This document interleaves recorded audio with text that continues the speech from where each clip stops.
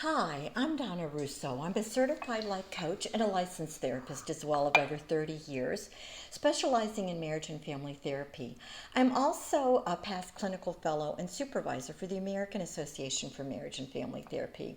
I want to talk with you about a subject that's really difficult for so many of my couples, and that is how to manage your own emotions when you're going through a marital separation.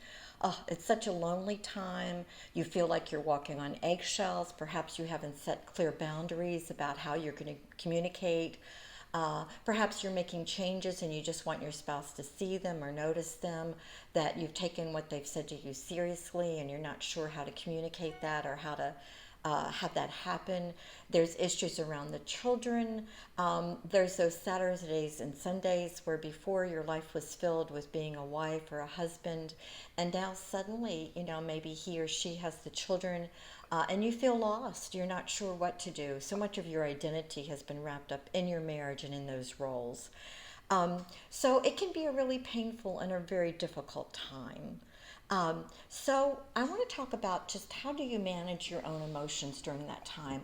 Well, one of the hardest things you're going to do is really manage the loneliness. Like I said, it's a big interruption in your typical role as a husband or a wife.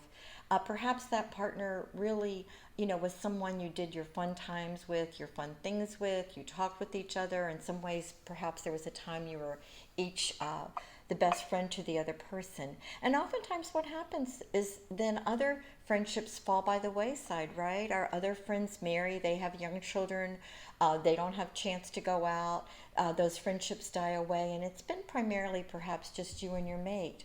Well, I want to talk with you about that because I think it is absolutely essential. And I know it's really hard right now during COVID, but it's absolutely essential that you begin to tap into other resources and build other friendships. And some people are doing that through Zoom groups online or through finding out about perhaps social distancing that's appropriate in their community with hiking or meetup groups or in other ways. And sometimes, it's through their churches that they're able to really find other people. And it doesn't have to necessarily be people that are going through the same thing that you are, although that can be helpful. It might be that you're a single mom or dad. When I say single, I mean separated mother or father, and you're just blending in with a group where you have like interests or hobbies. Perhaps you wanted to pursue knowing more about photography or writing or all kinds of things. There are also classes that you can take online. And certainly having a professional coach or a therapist walking alongside with you to encourage you during this time is really important. And the other thing is oftentimes keeping a journal can be especially helpful. This isn't the time you necessarily want to be telling your family and everyone about what's going on with you, right? You've probably selected a few people that you want to share more of your struggles around your separation.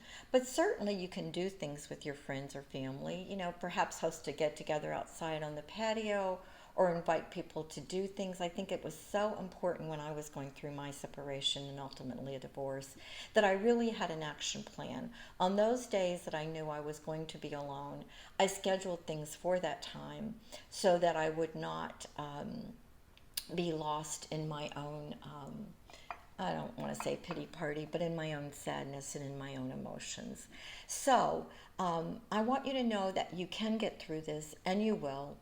But it's really important that you bring other people alongside you and that you don't give up, that you don't lose hope. Yes, maybe your partner's not seeing or noticing the changes that you're making, but you need to celebrate them. You need to notice them. You need to create them with other people. Connection is absolutely vital during this time. And again, having someone like a therapist or a coach to help you manage the emotions that you might be feeling can also be very helpful. Other people have gone through this, having that validated, perhaps meeting with a group of other single or, like I said, separated folks can also be a huge benefit during this time. If you'd like to have more information or to connect with me, you can do so through contacting me on my website at www.createclarityandchange.com or www.askdonnanow.com. Thank you so much, and I know these are tough days, so don't do it alone. Thank you.